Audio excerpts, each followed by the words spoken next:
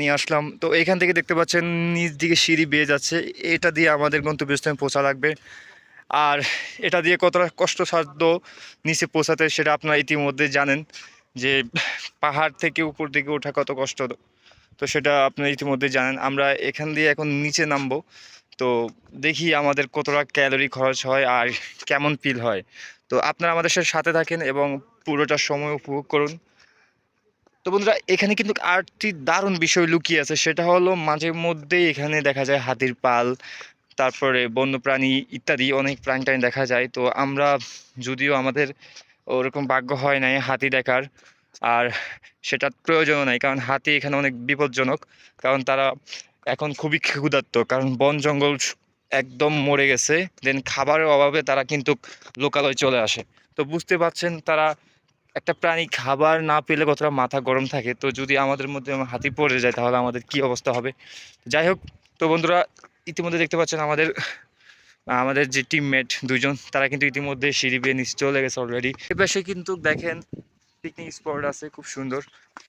যদিও আমি হাঁপিয়ে গেছি আপনাদের সাথে কথা বলতে বলতে, তবুও চেষ্টা করি যে আপনারা ভালো কিছু দেখেন আর আমিও অনুপ্রেরণা পাই আপনাদের লাইক কমেন্টের ক্ষেত্রে। ও মাই গড, সামনে দেখেন বড় একটা সিঁড়ি, এটা দিয়ে বেয়ে উঠতে যে কতটা শক্তি ক্ষয় হবে যে আমি ভাবতে অবাক লাগছে। দেখা যাক আমাদের টিমমেট পরিপূর্ণভাবে এটি সম্পূর্ণ করতে পারে কিনা। এটা আমাদের লেভেল 3। আমরা এর আগে দুইটি স্থানে আমরা ক্যাম্প করছি। এটা আমাদের লাস্ট ক্যাম্প। এখানে আমরা ক্যাম্প করে বাসার উদ্দেশ্যে রওনা হব। ও,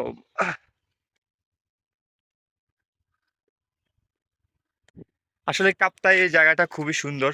কাপ্তাই জোনের ভিতরে এটা নেভিগেট একটা দর্শনীয় জায়গা।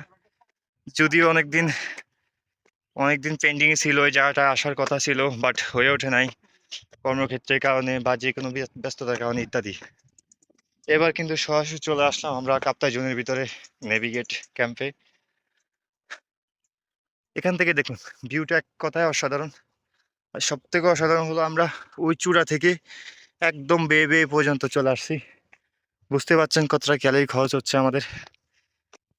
মাই গুডনেস, ইতিমধ্যে আমাদের দুইজন টিমমেট চলে গেছে। এটি হলো আমাদের তৃতীয় লেভেল, মানে তৃতীয় বারের মতো ক্যাম্প করলাম আমরা এখানে। এখান থেকে দেখুন ওই স্পটটা কতটা দারুণ এবং মনোমুগ্ধকর। আমরা এখন চতুর্থ ক্যাম্পের জন্য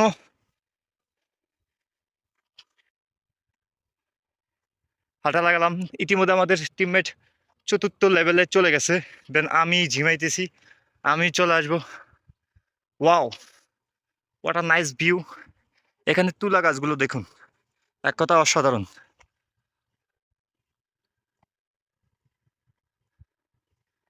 এখানে আরাফাত সানি পর্যাপ্ত পরিমাণ হয়রানির শিকার হয়েছে। হ্যাঁ, বেশি ক্লান্ত গাইস, প্রচুর ক্লান্ত, অনেক বেশি ক্লান্ত, অনেকে ওই যে লাগছে উনি না। যদিও 3 বেলা ভাত খায় নাই এখন আপাতত।